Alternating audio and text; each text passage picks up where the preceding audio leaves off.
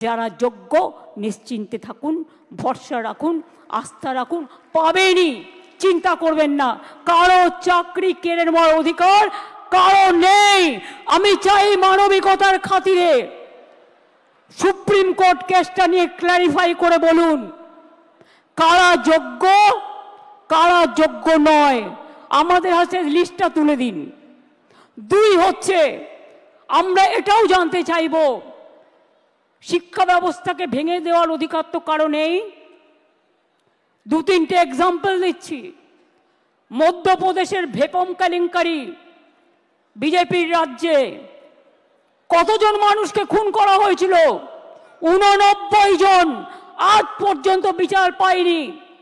NEET নিয়ে অনেক অভিযোগ উঠেছিল, সুপ্রিম কোর্ট নিট কিন্তু বাতিল করে দেয়নি। শুধু বাংলাকে টার্গেট করা হচ্ছে কেন, এটা আমরা জানতে চাই। বিহারে কি হয়েছে, রাজস্থানে কি হয়েছে, ইউপিতে কি হয়েছে?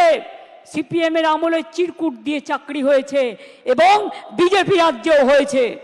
অস্বীকার করতে পারবেন না। বাংলার ট্যালেন্টকে আপনারা ভয় পান। কাজে আজকে আমি কথা বলতে এসেছি, দুটো ভাগ এই পর্যায়ের, একটা যোগ্য আর একটা অযোগ্য। যোগ্যদের চাকরি যাতে যোগ্যরা ফিরে পায় মর্যাদার সাথে, সম্মানের সাথে, আমরা প্রথমে ক্ল্যারিটি চাইব। যদি ক্ল্যারিটি সুপ্রিম কোর্ট ক্লিয়ার করে দেয় আমরা সকলে গ্রেটফুল থাকব, আর যদি না করে তখন আমাদের রাস্তা থেকেই আমরা রাস্তা বের করে নিয়ে আপনাদের পাশে দাঁড়াবো, যাতে আপনাদের কোনো অসুবিধে না হয়। 2 মাস সাফার করলে 20 বছর সাফার করতে হবে না, আর ওই 2 মাসও পুষিয়ে দেবো। এটা মনে রাখবেন, আমার জীবনে কথা মানে কথা।